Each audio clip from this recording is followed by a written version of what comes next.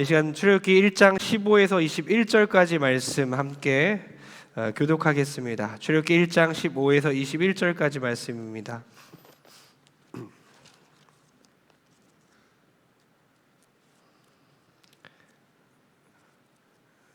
창세기 다음 출애굽기입니다.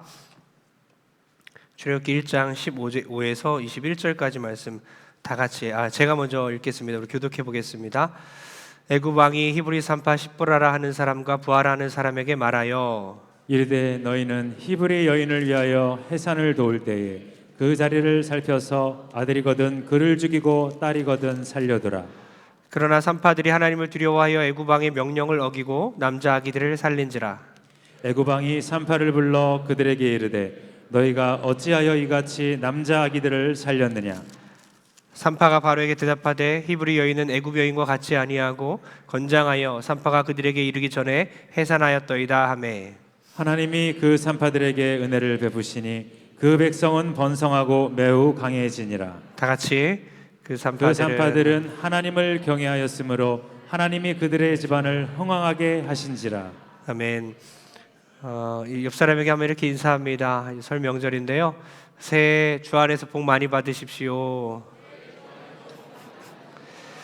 명절 잘 보내십시오. 주 안에서 사랑하고 축복합니다.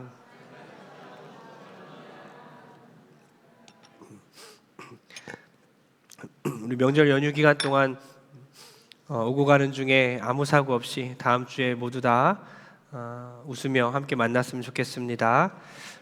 오늘 죽임의 문화를 살리는 문화로라는 제목으로 하나님의 말씀 전하겠습니다. 먼저 출애굽기에 대한 간단한 정보를 좀 드리려 하는데요. 먼저 이제 창세기 마지막과 출애굽기 시작이 이렇게 이어져요. 창세기와 출애굽기는 연관성이 많습니다. 창세기와 출애굽기를 함께 보는 것이 유익하고요. 창세기는 아브라함 개인의 순종을 통해서 하나님께서 구원을 이끌어 가시는 내용이고요. 출애굽기는 한 개인이 아니라 한 민족, 한 국가, 공동체를 하나님께서 구원하시는 내용이에요. 그러니까 우리 개인의 신앙도 중요하지만 이제 가정 전체의 신앙이 중요하고 더 나아가 우리 교회의 공동체의 신앙이 중요합니다. 이제 교회 공동체가 구원의 대열에 합류하여 함께 구원의 역사 가운데 하나님이 우리를 이끌어 가시는 거죠. 사진 하나 보여주십시오. 출애굽기를 셋으로 분류해서 볼 수가 있습니다. 다 같이 한번 크게 읽어보겠습니다. 구원, 율법, 성막.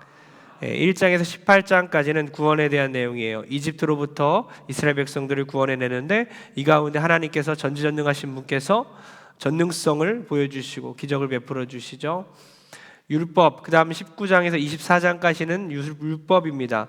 시내산에서 모세에게 율법 10계명을 주십니다. 또 이스라엘 백성들에게 10계명뿐만 아니라 여러 가지 상황 가운데 해결할 수 있도록 판례법들을 주시죠. 그리고 마지막으로 성막 25장에서 40장까지죠. 성막은 무엇을 상징합니까? 하나님의 임재를 상징하죠. 그래서 하나님께서 임재하는 거잖아요. 예배입니다. 처음에 구원의 능력, 그 다음 율법을 통한 거룩한 요구, 그리고 마지막으로 성막을 통한 예배로의 초대, 이렇게 셋으로 분류해서 출애굽기가 그렇게 구성이 되어 있구나, 그렇게 알고 계시면 좋겠습니다. 오늘은 1장인데요. 출애굽기 1장을 진행하면서 이제 모세가 태어나기 전에 어떤 상황이었는지, 이스라엘 백성들은 어떤 힘든 시간을 보내고 있었는지를 오늘 출애굽기 1장을 통해 우리가 알 수 있어요. 이 세상은요, 죽음의 문화가 이 땅을 지배하고 있습니다. 10대에서 30대까지의 그 사망 원인 1위가 다른 질병이 아니라 자살이라고 하잖아요. 스스로 목숨을 끊습니다. 얼마나 끔찍합니까? 죽음을 선택하는 거예요. 여러분, 생명 경시 사상, 우리는 사람의 목숨이 더 중요한데도 불구하고 때론 돈이 더 중요하다고 생각해요. 사람 목숨보다 돈이 더 중요하고 또 권력이 중요하고 명예가 중요하고 그런 사회를 우리는 살아가고 있습니다. 여러분, 이러면 안 되지만 크리스천 가정 그렇지 않겠지만 가정에서는 아내를 학대하고 자녀를 폭력으로 학대하고 끊임없이 약자를 찾아서 그들을 학대하고 괴롭히는 탄압하는 그런 사회가 우리가 살아가는 사회예요. 인정할 수밖에 없죠. 생명보다는 죽음의 문화 가운데 우리는 살아가고 있는 거죠. 약 3,500년 전에 죽음의 문화가 지배했던 그 시기 가운데 하나님께서는 선택하신 이스라엘 백성들을 그 위기 가운데 어떻게 구해내시는지, 우리 출애굽기 1장 보면서 죽음의 문화가 지배하는 곳에서 하나님께서는 당신의 백성들을 어떻게 살리시는지를 바라보면서 오늘날 우리도 이런 문화 가운데 함께 살아가는데 하나님은 우리를 어떻게 살리시고 어떻게 구원해 가시는지를 깨닫는 여러분 되길 바랍니다. 먼저 하나님은 고난 가운데서 생명의 역사를 일으키십니다. 고난 가운데서 오히려 생명의 역사를 일으키시죠. 1절 다 같이 한번 읽어보겠습니다. 1절입니다. 시작. 야곱과 함께 각각 자기 가족을 데리고 애굽에 이른 이스라엘 아들들의 이름은 이러하니. 지금 야곱의 자녀들의 이름이 이렇게 나왔습니다. 애굽으로 이주한 자녀들의 이름이 나왔어요. 몇 명인지 아세요? 몇 명이죠? 그때 야곱이 함께 가족들을 데리고 요셉이 있었던 애굽으로 들어오지 않습니까? 그때 70명이라고 기록되는데 사도행전 보면 스데반의 설교 가운데 75명이라고 말합니다. 성경에 오류가 있는 게 아니라 요셉의 가족들을 함께 포함하면 75명이 맞는 거죠. 5절에도 그렇게 나와 있어요. 야곱의 허리에서 나온 사람이 모두 70명이요 요셉은 애굽에 있었더라. 요셉 빼고 요셉 가족들 빼고 70명이라는 거죠. 총 어쨌든 75명입니다. 그리고 계산이 복잡하게 막 주장하는 그런 학자들도 있는데요. 어쨌든 총 75명은 맞아요. 그런데 놀랍게도 이 75명의 가족이 대가족이죠. 어쨌든 가족이잖아요. 한 가족이잖아요. 그런데 이 가족이 200만 명이나 되는 한 민족이 되고 국가가 되었다. 이것이 중요한 포인트죠. 우리 7절을 다 같이 한번 읽어보겠습니다. 7절입니다. 시작. 이스라엘 자손은 생육하고 불어나 번성하고 매우 강하여 온 땅에 가득하게 되었더라. 아멘. 너무나 감동적이지 않습니까? 이스라엘 자손들은 생육하고 번성하여 매우 강화해졌다. 온 땅에 가득했다. 선뜻 생각나는 하나님의 명령 가운데 어떤 부분이죠? 비슷한 문장이 있죠. 어디죠? 창세기. 인간을 만드시고 생육하고 번성하라. 땅에 충만하라. 이 땅을 정복하라. 문화 명령이죠. 복음으로 이 땅을 정복하라 이겁니다. 이렇게 이스라엘 백성들은요, 창세기에 말씀하신 하나님의 그 인간에 대한 명령처럼 실제로 출애굽기 가운데 보여주셨어요. 하나님의 택한 백성들이 어떻게 번성하고 어떻게 불어나고 어떻게 강하여지고 온 땅에 충만하게 됐는지를 보여주셨다는 거예요. 그 당시 장정만 60만 명이 됐다는 거예요. 그러면 전체 인구는 뭐냐? 한 200만 명으로 추정하고 있습니다. 200만 명으로. 75명의 가족이 200만 명이나 됐다는 것입니다. 그런데 그것은 얼마 만에 일어났냐? 단 400년 만에 4대 만에 그렇게 번성했다는 거죠. 창세기 15장 5절과 15장 16절을 한번 읽어보겠습니다. 시작. 그를 이끌고 밖으로 나가 이르시되 하늘을 우러러 무뼈를 셀 수 있나 보라. 또 그에게 이르시되 내 자손이 이와 같으리라. 내 자손은 4대 만에 이 땅으로 돌아오리니 이는 아모리 족속의 제약이 아직 가득 차지 아니함이니라 하시더니. 아멘. 이스라엘 백성들이 그렇게 번성한 것이 누가 한 것입니까? 바로 하나님이 하셨어요. 그 하나님은 약속을 지키시는 분이에요. 언약을 지키시는 분이에요. 400년 전에 이미 아브라함에게 약속하신 거예요. 하늘을 우러러 별을 셀 수 있니? 나와봐. 일로 와봐. 아주 친절하시죠. 별 좀 한번 세볼래? 밖에 나가서? 네, 아브라함이 이렇게 나가서 별을 막 세죠. 근데 아마 그 대화가 오늘날 서울에서 이루어졌다면 별이 하나도 없는데요, 별이 안 보여요 이랬겠죠. 근데 그 당시에는 별이 너무나 많았어요. 셀 수 없을 정도로 수많은 별들, 이걸 어떻게 세? 너무 많으니까 바닷가 모래알처럼 하늘에 별들이 가득한 거예요. 그렇게 너희 식구가, 너희 자손이 번성하게 될 거야. 그러면서 네 자손은 4대 만에 400년 만에 돌아올 거야. 하나님은 그렇게 약속하신 거예요. 그 약속이 지금 이루어진 겁니다. 우리가 이것을 통해서 어떻게 깨달을 수 있을까요? 여러분, 하나님의 꿈이 뭘까요? 여러분의 목표가 뭡니까? 인생을 살아가는 목표가 뭘 것 같아요? 그리스도인으로 풍성해지는 것. 우리 가정 가운데 아직 예수님 믿지 않다면 그 식구가, 그 가족 중에 누가 하나님을 만나는 것. 우리 가정에 그리스도인으로 풍성해지는 거예요. 직장도 마찬가지예요. 내가 다니는 직장이 그리스도인으로 풍성해지는 것입니다. 그것이 우리의 인생의 목적이에요. 그래서 결혼이 참 중요하죠. 여러분, 불신 결혼에 대해서 쉽게 생각하면 안 됩니다. 돈 벌고 잘난 사위나 며느리를 들어오는 게 중요한 게 아니에요. 신결혼해야 됩니다. 불신 결혼이 아니라 신결혼해야 된다는 거예요. 불신 결혼할 때 섞이고 혼합되는 거예요. 기독교와 비기독교인이 섞여버리는 거예요. 하나님은 계속해서 구약에서도 혼합주의를 참 싫어하셨습니다. 섞이지 않도록 경고하시고 때론 다 진멸하라 할 정도로 한 이방 민족 가운데 섞이지 않도록 그들을 멸하라고 했어요. 그만큼 하나님은 섞이지 않도록 보존하기 원하시는 거예요. 오늘날 이런 사회 가운데 여러분의 가정은 어떻습니까? 여러분의 자녀 세대는 어떻습니까? 어떤 결혼관을 갖고 있습니까? 어떤 연애를 하고 있습니까? 여러분, 함께 기독 문화를 만들어가는 게 중요해요. 물론 여러분 가운데 예수님 믿는 가정인데도 불구하고 소망이 없는 가정이 있습니까? 똑같은데 안 믿는 가정이랑. 그렇지 않아요. 예수님 믿는 가정을 하나님께서 붙여주신 이유가 있는 거예요. 그 가정 가운데 함께 교제하고 대화하고 함께 기독교 문화를 가정 안에 만들어가고 복음이 온전히 가정 안에서 선포되고 복음 가운데 자녀들이 살아가고 정말 하나님의 나라가 그렇게 성취되기를 하나님은 원하고 계십니다. 직장도 마찬가지예요. 여러분의 직업 현장 가운데 나가서 하나님의 백성들이 가득한 곳으로 만들어야죠. 여러분 사업하고 계십니까? 누굴 만나고 있습니까? 직장 생활 하십니까? 어디로 가십니까? 만나는 모든 곳에서 내 어떤 지위에 상관없는 거예요. 나는 그리스도인으로서 파송된 것입니다. 그들에게 복음 전하기 위해서. 저도 군대 갔을 때 오래됐죠. 20여 년 전에 군대 갔을 때 나는 파송됐다. 난 군선교사다. 이렇게 생각하고 가서 덜 힘들었어요. 너무 좋았어요. 초반에 말년에 좀 타락했는데요. 말년에 점점 게을러지더라고요. 네, 쪽복음 신약 성경 파란색 옛날에 기억나시나요? 파란색 이렇게 비슷한 거 얇은 거 갖고 가서 막 찢어지도록 거기다 묵상하고 글씨 쓰고 기도 제목 적고 전도 대상자 적고 그때 막 전도 엄청 했어요.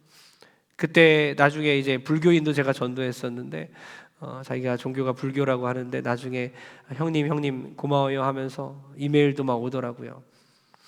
여러분 어딜 가든지 우리는 선교사인 거예요. 내가 가는 모든 곳, 직장, 사업장, 근데 그 사람을 전도해서 그리스도인으로 풍성하게 만들고 모든 직장인들이 함께 하나님을 경배하는 그런 위대한 꿈을 꾸시기를 소원합니다.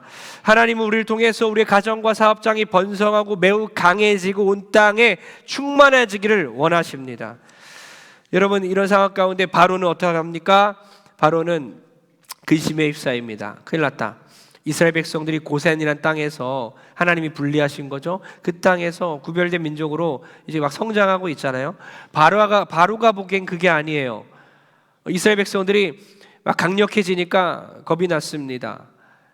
국경지대이기 때문에 그 땅이 국경지대에 살고 있기 때문에 이스라엘 민족들이 다른 사람들과 이방인들과 함께 결탁해서 전쟁이 났을 때 자기들 공격하면 어떡하지? 겁이 나는 거예요. 그런데도 불구하고 이스라엘 백성들을 쫓아낼 수 없었어요. 왜죠? 이스라엘 백성들 200만 명이나 되는데 너네 그냥 나가라. 왜 못하죠? 노동력 때문이죠. 노동력을 사용해서 건물을 올리고 노동력을 착취해야 되기 때문이에요. 그래서 10개의 재앙이 있음에도 불구하고 바로는 보낼 수가 없었잖아요. 이스라엘 백성들을 그냥 출애굽시킬 수가 없는 겁니다. 그러면 동시에 이들이 막강해지는 것을 막기 위해서 여러 가지 전략을 짜죠. 그 중에 하나가 학대였습니다. 학대합니다. 괴롭힙니다. 괴롭히고 학대하면 그들이 위축되고 작아지고 연약해질 줄 알았던 거예요. 그러나 그리스도인들은 그렇지 않잖아요. 학대받을수록 강해지잖아요. 여러분, 위기 때마다 우리는 하나님을 믿고 일어나지 않습니까? 학대받을수록 번성해지는 것이 바로 그리스도인들입니다. 12절 다 같이 읽겠습니다. 시작. 그러나 학대를 받을수록 더욱 번성하여 퍼져나가니 애굽 사람이 이스라엘 자손으로 말미암아 근심하여. 학대를 받을수록 더욱 번성하여 퍼져나갔다. 퍼져나가는 건 어떤 의미냐면요, 여러분, 물에다가 잉크를 딱 떨어뜨리면 어때요? 흰 맑은 물에다가 검정 잉크를 딱 떨어뜨리면 팍 퍼지지 않습니까? 순식간에 급속도로 퍼지잖아요. 그런 것처럼 팍 퍼지는 거예요. 인간이 그걸 제한할 수 없고 인간이 막을 수 없는 거예요. 왜요? 하나님이 하시는 일이기 때문이에요. 하나님께서 역사하시면 학대받아도 번성하는구나. 하나님의 사람들은 학대받아도 강해지는구나. 세상의 지혜와 어떤 강제적인 폭력과 착취와 억압으로 국고성을 만들어라. 그럼 애굽의 부와 식량을 비축하는 그런 장치예요. 그런 건물을 올리려. 그 당시 문헌에 따르면요, 매일 만들도록 할당된 그 분량의 벽돌이 40명, 남자 40명당 2,000개였다고 합니다. 하루에 2,000개의 벽돌을 만들어야 돼요. 거의 불가능했다라고 기록해 있어요. 성도의 고난이 깊어질 때요, 우리는 포기하면 안 된다는 거예요. 성도의 고난이 깊어질 때 오히려 하나님께서 일하시는 시간이구나. 하나님을 깊이 있게 만나는 시간이구나. 여러분, 요셉을 알지 못하는 왕조 18왕조입니다. 그 당시에 이제 요셉을 알지 못하는 바로 왕이 등장하는데요. 바로 하면 칭호입니다. 이름이 아니라 칭호예요. 그래서 왕을 이제 바로라고 합니다. 애굽 왕을 바로라고 해요. 그리고 로마 황제도 시저라고 하잖아요. 이름이 아니라 칭호인 거예요. 그러니까 요셉을 알지 못하는 바로가 등장한 거예요. 그전에는 요셉을 아는 바로였어요. 그렇기 때문에 지금 요셉을 알지 못하기 때문에 모든 이스라엘 민족들을 탄압하고 억압하는 정책을 쓰기 시작했다는 거예요. 그런데 그것이 실패했죠. 학대 받을수록 더 강해지네. 학대 받을수록 더 즐기고 견디고 더 번성하고 흥왕하네. 안 되겠다. 죽여야 되겠다. 이렇게 되는 거죠. 하나님의 사람들, 하나님의 백성들을 탄압하다 못해 이제는 죽이게 되는데요. 이 영아 학살이잖아요. 민족 말살 정책을 피는 거예요. 영아들부터 죽이는 거예요. 그래서 남자면 죽이는 거죠. 남자아이면 바로 죽이는 거예요. 여자아이면 살려두는 거예요. 남자들이 없어지면 군사력이 약화되겠죠. 그리고 여자들이 많아지면 나중에 혼인시킬 수 있죠, 애굽이랑. 이렇게 민족 말살 정책 너무나 잔인하잖아요. 우리 애기들 얼마나 귀엽습니까? 얼마나 이쁩니까? 지금 뒤에 우리 유리막 안에서도 아이들도 있고 유치부 아이들도 있고 얼마나 이뻐요. 근데 그런 갓난아기를 그냥 무참하게 죽이는 정책을 씁니다. 15에서 17절까지 우리 연달아 읽어보겠습니다. 시작. 애굽 왕이 히브리 산파 십부라라 하는 사람과 부하라 하는 사람에게 말하여 이르되 너희는 히브리 여인을 위하여 해산을 도울 때 그 자리를 살펴서 아들이거든 그를 죽이고 딸이거든 살려두라.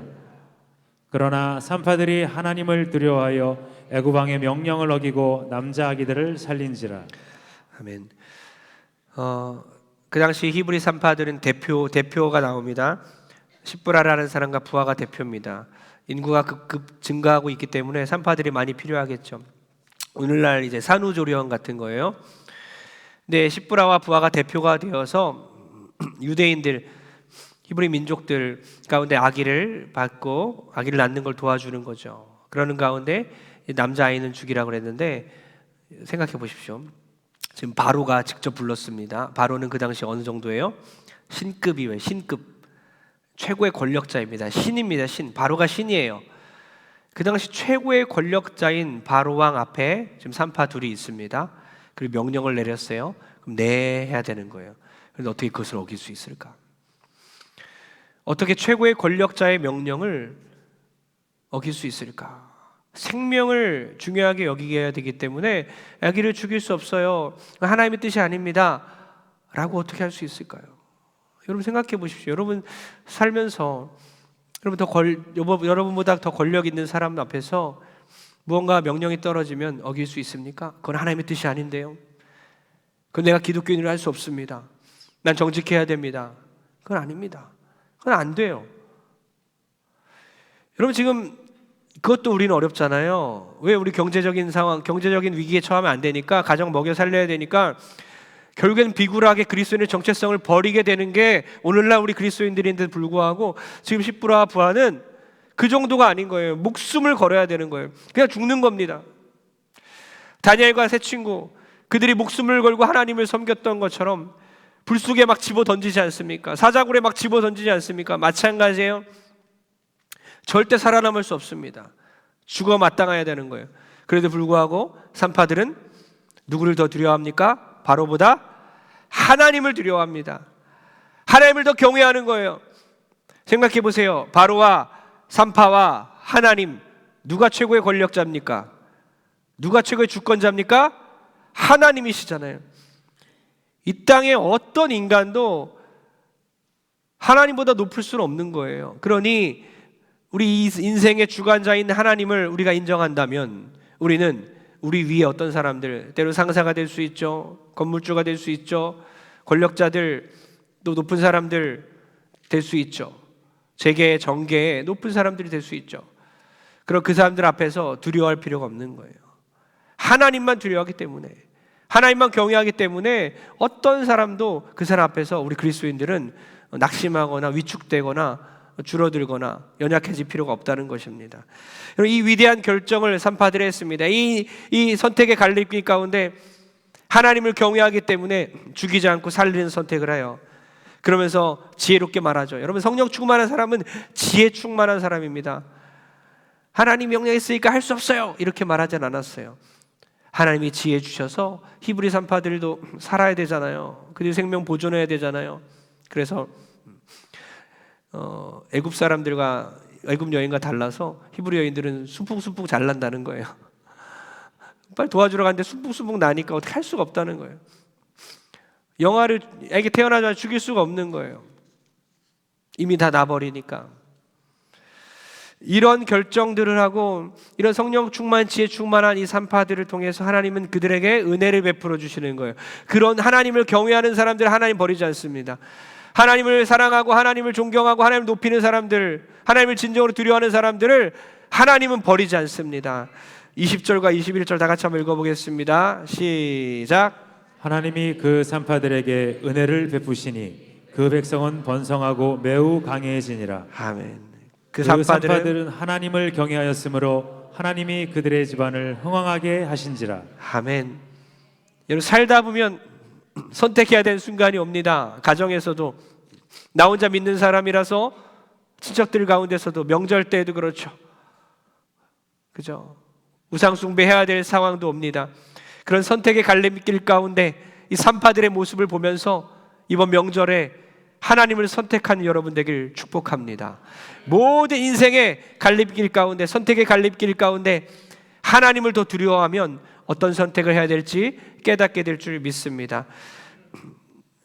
정직의 문제 가운데 여러분 정직함을 선택하시고, 돈 문제가 있습니까? 여러분 11조가 회복되어서 하나님과의 관계가 회복된 분들이 많이 계세요. 집사님, 권사님들이 그런 얘기를 해주십니다. 오히려 11조를 통해서 돈이 없어지는 것 같지만 하나님은 그렇게 계산하지 않는다는 거죠. 하나님은 모든 상황 가운데 없는 것에서 있게 하시고 하나님은 사막에 강을 내시는 분임을 믿으시기 바랍니다.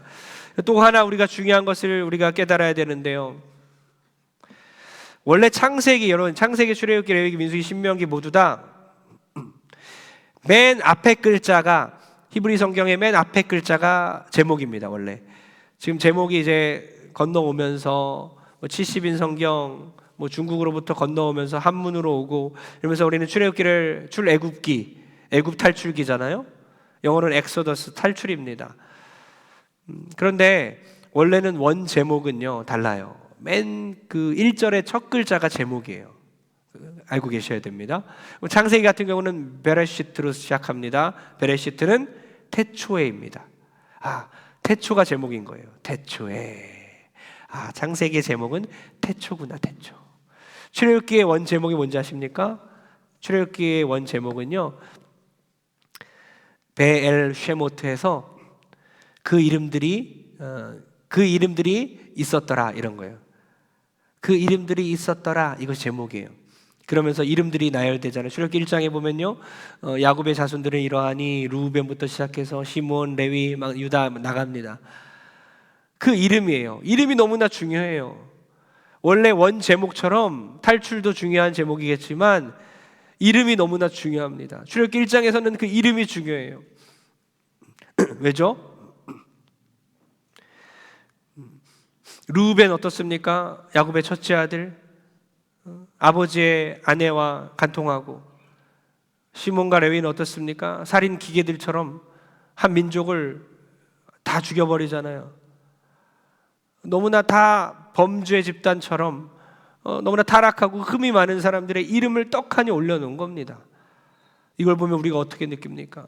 이렇게 떳떳하지 못한 이름들, 부족하고 연약한 이름들, 그 이름을 하나님이 기억해 주시는구나. 아무것도 아닌 그 이름들, 내세우기도 힘든 그 이름을 하나님은 기억해 주시는구나. 하나님은 그 이름들을 통해서 구원의 역사를 일으키시는구나. 정말 자격 없는 우리 이름 아닙니까? 어디 뭐 내세우면 그 이름들을 알아주긴 하겠습니까? 그러나 하나님이 알아주신다는 거예요. 뭐 명함 들고 다니면서 어디 장 그 이름들이 중요한 게 아니에요. 그 이름들 하나님 관심 없습니다. 하나님 관심 없어요. 하나님은 여러분의 이름이 생명책에 기록하시고 여러분의 이름을 통하여서 온 세상을 변화시키기를 원하시는 줄 믿으시기 바랍니다. 하나님은 우리의 이름을 기억하십니다. 지금 산파들도 마찬가지예요. 한낱 여인이잖아요. 계급도 낮습니다. 산파들의 이름은 등장하죠. 십부라, 부하, 분명히 기록되어 있습니다. 이름이 있어요. 이름이. 출애굽기 1장을 보십시오. 바로왕의 이름은 없어요. 아까 말씀드렸죠? 바로왕의 이름은 바로가 아니라 그랬잖아요. 그 칭호예요. 왕이란 칭호입니다. 이름이 안 나와 있습니다. 그 당시에 이스라엘 백성들을 감독했던 감독자들 이름이 나오지 않습니다. 남자들 이름이 다 생략돼 있어요. 누군지 몰라요. 그러나 하나님은요, 그 여인 산파들의 이름을 기록하셨다는 거예요. 어쩌면 한낱 보잘것없는, 아무도 기억해 주지 않는 그 산파들의 이름이 하나님의 입장에서는 너무나 소중한 이름이고 하나님이 기억하시는 이름이며 성경에 기록하고 싶은 이름임을 믿으시기 바랍니다. 그런 것처럼 이 세상의 최고의 권력자, 그 앞에서 산파들은 목숨을 걸었고 하나님만이 최고의 경외할 대상이며 두려워할 뿐임을 알기에 그렇게 살았던 그 산파들처럼, 그래서 그의 산파들의 이름이 기록된 것처럼 우리도 하나님을 경외하고 하나님을 두려워하고 그렇게 믿음의 길을 갈 때에 하나님이 우리의 이름을 기억해 주시고 우리의 이름을 하나님 안에서 높여주실 줄 믿습니다. 결론 내립니다. 성경에 보면요, 두 번의 침묵기가 있어요. 하나님의 계시가 끊기고 정막이 흐르는 그런 침묵기라고 해요. 하나님의 계시가 없는, 말씀이 끊겨버린 것 같은 그런 시기를 침묵기라고 합니다.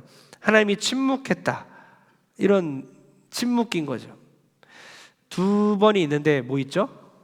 우리가 좀 잘 아는 것처럼 신구약 중간기입니다. 구약과 신약 사이에 약 400년 정도의 침묵기가 있어요. 하나님의 계시가 끊긴 것 같아요. 성경으로는 구약에서 신약 넘어갈 때 한 장만 넘기면 되지만 그 사이가 400년의 역사가 있어요. 그 가운데 하나님이 침묵하신 것 같이 느껴집니다. 그러나 어떻습니까? 흑암을 깨고 빛 대신 예수 그리스도가 이 땅에 오시죠. 우리를 구원하시기 위해서. 긴 침묵 뒤에는, 긴 암흑 뒤에는 하나님의 역사가 더 강하게 일어나게 된다는 거예요. 마찬가지입니다. 또 하나의 침묵기가 있죠. 바로 창세기와 출애굽기 사이예요. 400년 동안 노예 생활 하잖아요. 창세기에서 출애굽기로 넘어가는 이 사이, 캄캄합니다. 어둡습니다. 정막이 흐릅니다. 하나님의 계시가 없는 것 같아요. 그러나 하나님께서 이스라엘 백성들을 구원하시려고 학대가 극에 달했을 때에 고난이 극심해졌을 때에 성도의 고난은 하나님의 응답 아닙니까? 그때 하나님께서 구원자이신 모세를 보내주시는 거예요.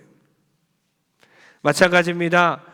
사랑하는 우리 존귀한 성도님들, 우리 인생 가운데 빈칸은 없어요. 그냥 없어지는 시간은 없습니다. 빈칸과 여백은 다르잖아요.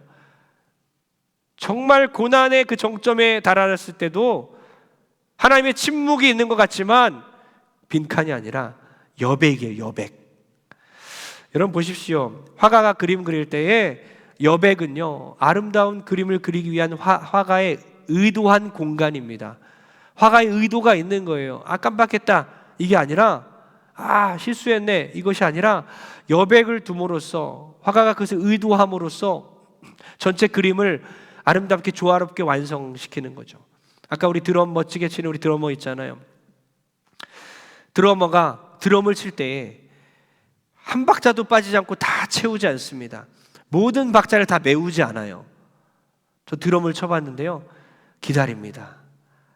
기다리는 시간이 있고요, 일부러 클라이막스로 가기 위해서 몇 마디를 가만히 있을 때도 있고요, 살짝 칠 때도 있어요. 여백을 만드는 거예요. 그 여백을 통해서 아름다운 음악을 만들어내는 거예요. 하나님도 마찬가지입니다. 성도님들, 내리막길 가고 있습니까?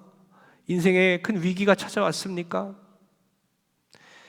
그것이 여러분의 인생의 빈칸이 아니라 하나님의 여백이 될 줄 믿습니다. 하나님이 의도하신 공간입니다.